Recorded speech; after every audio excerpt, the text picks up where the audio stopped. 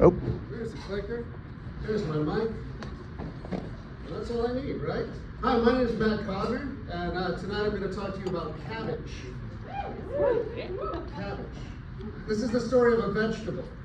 It's the story of famine and conquest. It's the story of perseverance, of brazenness, of brassica.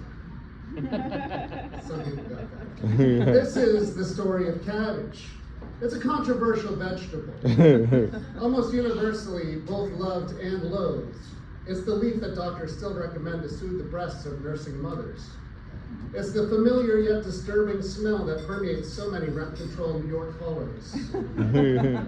It's the subject of still life paintings, complex and beautiful, comforting and reviled. Cabbage is many things to many people. Think of the old world, the Eastern Hemisphere, for cabbage is the OG old world vegetable. Tomatoes, peppers, potatoes, these vegetables make modern foods possible, but didn't make it to this part of the world until the Renaissance. The classic comfort foods of this part of the world are cabbage-based. Think about the comfort foods of this part of the world. Boiled cabbage on the British Isles, served with corned beef in the Americas, known as Jake's dinner in Newfoundland, boiled dinner in New England, adekilt wat in Ethiopia. The stuffed cabbage and cabbage roll belt runs from the Middle East to Sweden. The names in both Middle East and Sweden come from Turkish. There's sarma, from the Turkish word sarmak, meaning to wrap, and there's dolma for stuffed cabbage, from dolmak, to be stuffed. Similar dishes throughout Eastern Europe take on various words for little doves in the country or little pigeons in the city. The Polish golubki, Ukrainian holubski, Russian golubski. Did I say that right? Yeah. And so on. No, okay. Of course, there's the national dish of Germany, sauerkraut. Oh, what is it? Go back. Oh, sauerkraut. There it is. Okay. Fermented cabbage may have fallen out of fashion in between geographically, but there's some evidence that the Mongols might have spread the practice of fermented cabbage, that is the cultural mainstay for Germany, and also Korea still today. The Korean national dish kimchi, before the Columbian Exchange, without spicy peppers, had a lot in common with the German dish. The Russian borscht. Russia consumes more cabbage than any other country. China produces more cabbage than any other country, and it's said that cabbage is similar to water in Chinese cuisine. Although one can't point to a single defining dish, it's a part of many dishes. There are many cooler parts of the world that arguably would not be peopled were it not for cabbage. Cabbage thrives in Nordic countries and the Siberian tundra, yet also adorns plates across balmy Africa and the Middle East. It grows well in cool climates, it's versatile and nutritious, and it ferments well. So, speaking of fermentation, that's where the story is headed. So, you got a bunch of cabbage. This is a clear example of order in the universe. Cabbage is the hardware that comes already packed with the necessary software to preserve itself. That software is lactobacillus, natural bacteria that are all over the leaves that turn the sugars into lactic acid, which contains a little bit of vitamin C, which will bring us to the bigger part of this story. Another thing that's kind of universal is the earthenware vessels. You notice the Korean and the German ones look strikingly similar. The fermented cabbage prior to the spice and kimchi was likely identical to the German stuff. Why? Well, there's a heated debate in the cabbage historical community.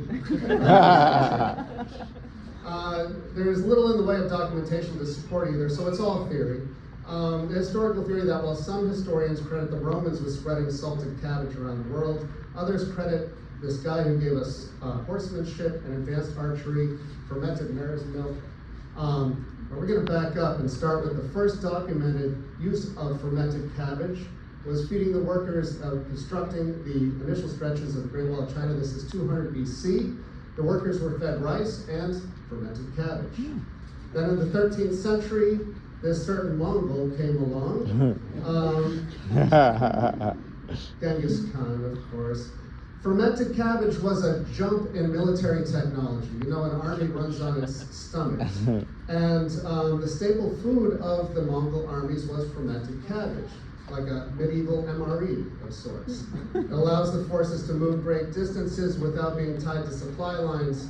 It lasts indefinitely, packs essential nutrition, and is naturally preserved.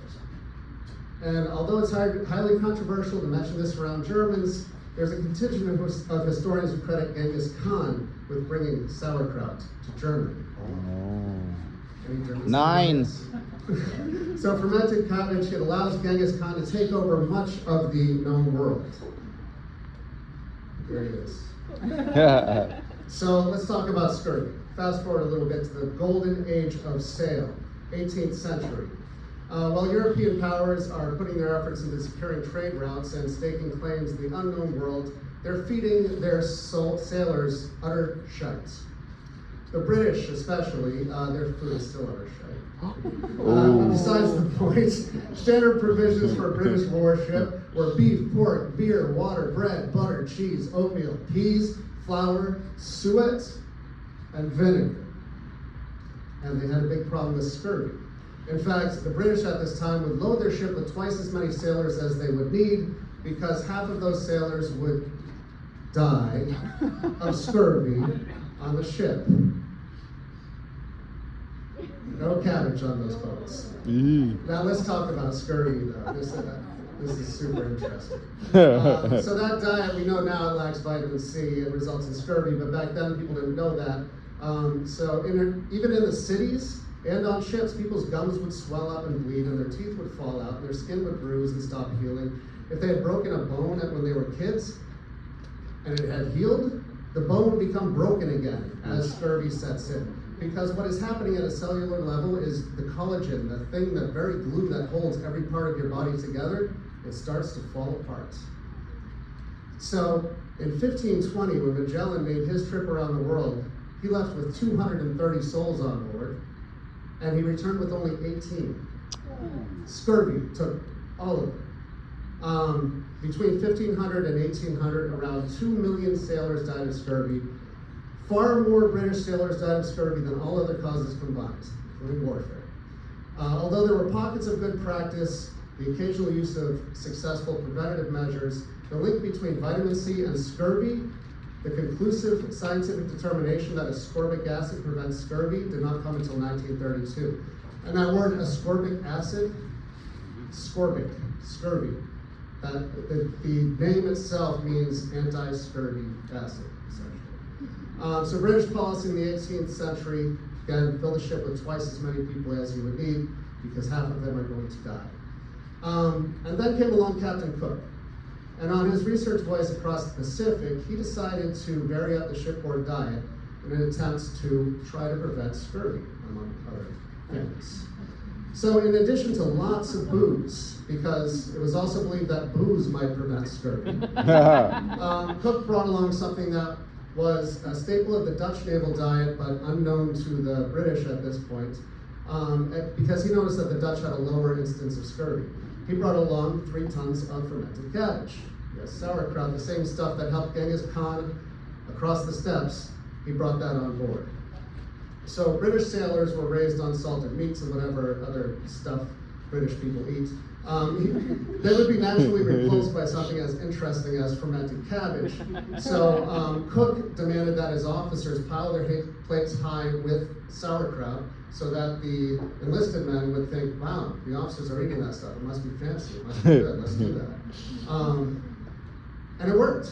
So his use of sauerkraut to alleviate scurvy allowed for the unmitigated spread of syphilis and smallpox across the There were zero scurvy deaths on his first or second voyages of discovery. And although Cook didn't survive the third voyage, as he was torn to pieces after picking a fight in Hawaii, neither he nor his crew died from scurvy. So before you raise our glass, I want you to take a tip from Cato the Elder, who says to stuff yourself with cabbage. It is cabbage which surpasses all vegetables for medicinal value. If you wish to drink a lot, have a banquet, and enjoy your dinner. Eat as much raw cabbage as you wish before dinner. Cheers. Woo!